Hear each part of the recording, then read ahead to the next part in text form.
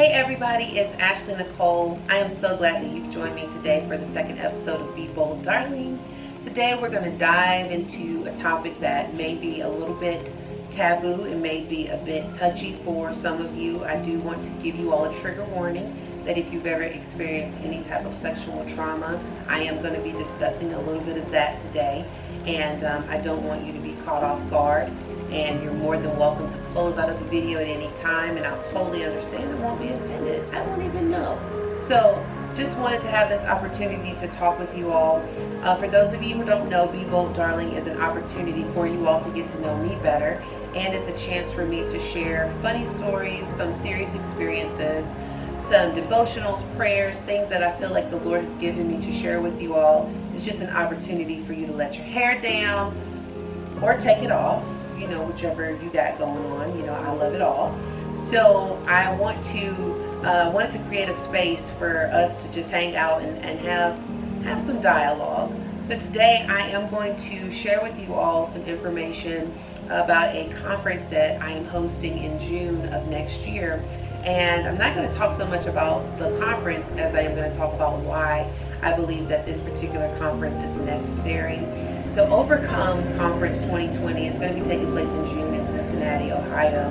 And it is an opportunity for victims and survivors of sexual abuse or sexual trauma to come together, to take classes, to worship together, to pray, to get some insight on how to attain and maintain healing after sexual trauma.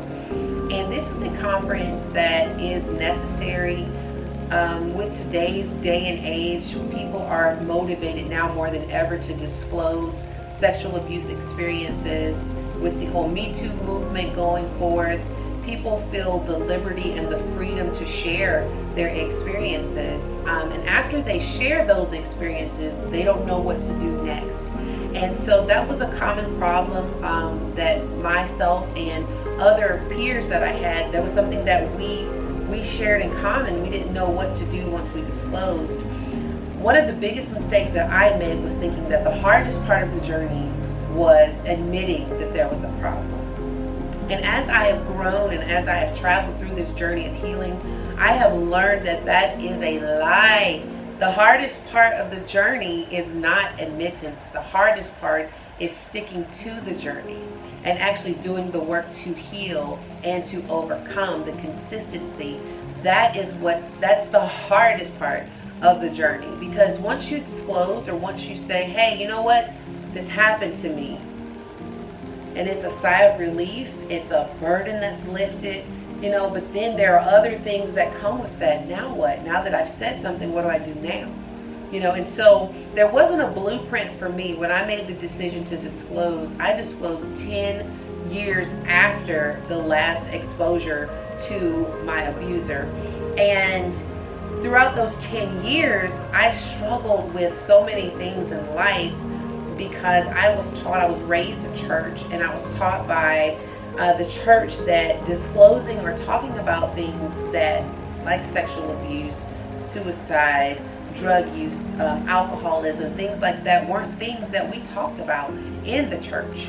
We were just told, don't do those things. We were told, just don't have sex, don't drink, don't smoke, don't cuss. Those are things that we were just told to not do, but there wasn't an explanation as to why we weren't doing those things, or what happens if we have the temptations to do those things. Where do we put those temptations? And so one of the things that I was really taught was that if I disclosed or if I said anything, that kind of meant that I didn't love my abuser. And unfortunately for me, the person who took advantage of me was my adoptive father, who was also a prominent pastor. And so it was a man who was teaching me the Word of God, and he was also taking advantage of me.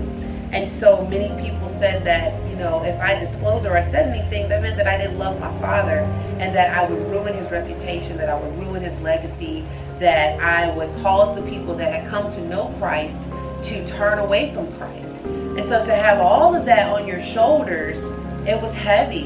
And I carried that burden for 10 years, and I finally made the decision at the age of 29 to start going to counseling, because I just could not navigate through, and I could not understand why I was making some of life choices that I was making. And my counselor really helped me unpack my issues.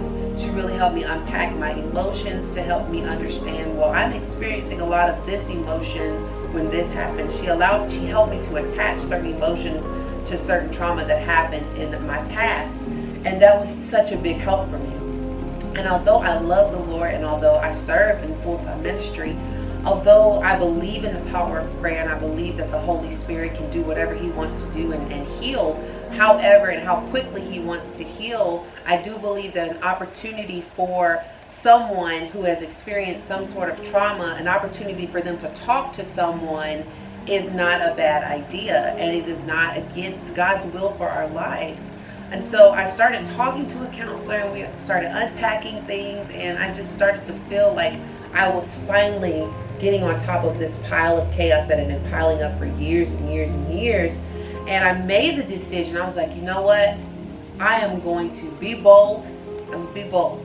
And I'm going to be brave, and I'm going to share my experiences with people. But I don't want to do it in a way that will hurt my father. I didn't want to do it in a way that would expose him or cause people to draw their attention to him, because it wasn't about him.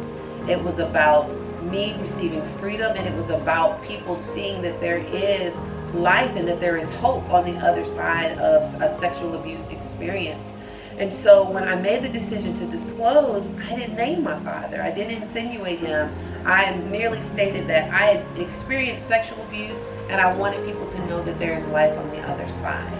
And unfortunately, there was a reaction to my disclosure. And a few days after I disclosed, my father was found dead in his home due to a self-inflicted gunshot wound to the chest. And it is documented as an accidental death, and there is, people can believe whatever they want to believe concerning that. But it was very shocking, and it hurt. I had all types of emotions because I didn't know how I was supposed to grieve. I didn't know that if I was allowed to grieve.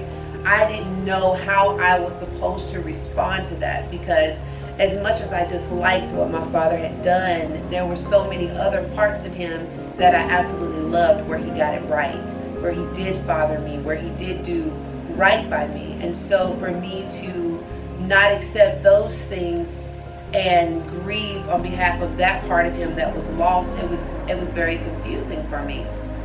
And so I decided that I needed to continue in counseling, definitely after that. But I decided that I was going to love all the good things about him that I wanted to love, and dislike the things that I didn't like, and the things that caused me a lot of pain. As I continued through counseling, I had to navigate through the blame and the guilt that people had tried to place on me. People said that it was my fault that he was dead. People said that it was my fault because I shouldn't have said anything. I should have kept it within the family. If you're like me, you've grown up in an African American family, you are familiar with what goes on in our house stays in our house. And so what do you do when the house, or what's happening in the house, is the thing that's hurting you, or the thing that's causing you pain? What are you supposed to do with that? And so I didn't say anything. I didn't disclose for a very long time publicly, but I spent over 12 years trying to work with my family, trying to help us to reconcile, help us to heal from this. I did all of that privately for 12 years, and I suffered for a very long time. When I left my home at 19 years old, I left without a plan. I left without knowing what I was supposed to do, but I left because I felt like it was my fault that my father was abusing me. I felt like if I were to leave, then that would give him the opportunity to stop what he was doing and to be whole from what he was doing. And I had no idea that I wasn't the reason why he was doing these things. He was doing those things because that's what he chose to do. It wasn't my fault, and I didn't know that for a very long time. And so I kept apologizing, and I kept trying to reach out and make amends and try to reconcile our family, when it was never going to happen. And when I came to terms with that, it made the process a little more clear. It didn't make it easier, but it made it very clear for me to know how I am going to navigate through this healing process. After my father passed away, my family completely disowned me. There are a handful, maybe 11 people out of hundreds, literally hundreds of family members that I no longer am associated with, including my mother and my brothers. They have chosen to no longer have any type of connection to me. And now that's not to say that this is a sudden decision, because over the years our relationships have kind of been strained, because my family was aware of the abuse. And when I was 21, I disclosed it at that time to them so that we could begin some sort of process of healing, but that didn't seem to happen. So unfortunately, people do not talk about the aftermath of disclosure. They talk about how liberating, how much freedom there is in disclosing, but they never tell you that you may lose everyone that you love. They never tell you that you may have to do this by yourself. They never tell you that people will turn away from you and be upset with you because you chose to disclose. And so for me, I wanted to build a community for people like me, for people who did not have community. Like I said, I have a handful of community, and some of the family that did stick with me, I mean, when I tell you they stick with me through thick and thin, I mean they do. And so I had to create my own family. I had to build my own community of people to help me stay on track and to help me continue down this path of healing, and to help me understand that I'm not alone and that I don't have to do it alone. But there are a lot of people who don't know that they don't have to do it alone. And so it was my desire to create a community for those people. And so this conference that I'm hosting hopefully will attract those people to come and not only gain community, but also gain insight on how they can navigate through this process of healing. I love advocating for sexual trauma victims. I love teaching child sexual abuse prevention. I also believe in Jesus Christ, and I do believe my faith in God did not waver, and I thank him so much for that, because I could have easily just walked away from the church, and I could have walked away from God with asking the questions, God, if you love me so much, why would you allow this to happen to me? And the Lord made it very clear to me, and he said, you know, it was never my will for this to happen to you, but it was a person who made the decision to do this to you. But God said, you know what, I'm going to take what you have experienced, I'm going to take what you've gone through, and I'm going to use it to inspire, to encourage, to help heal other people. He was like, I'm not going to waste your pain. I will never waste your pain. And so I have been able to transition from it. God, how could you allow this to happen? I've gone from God, why me, to God, man, why me? Like, why do you trust me with this? You know, the transition has happened to where I'm no longer questioning why this happened to me, because now I know, and I see the purpose, and I see God's hand in it. And so I just wanted to create a space, like I said, for people who have similar experiences, who have spoken out or are still a little afraid to speak out. They need a place to be able to share. They need a place to be able to disclose, and then they need resources, and they need community to be able to continue down this path. And so that's what I want to share with you all today.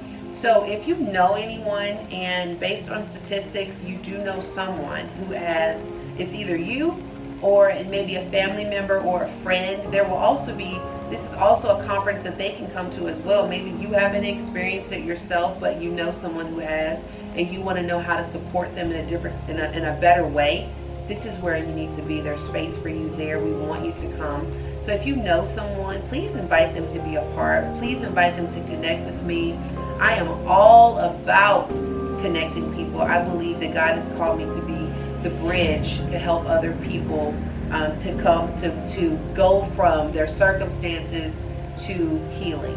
And so I'm so grateful that you all joined me today. I pray that you would continue to join me. Please share, please comment, please like, and I look forward to spending time with you all next time. Have a good week.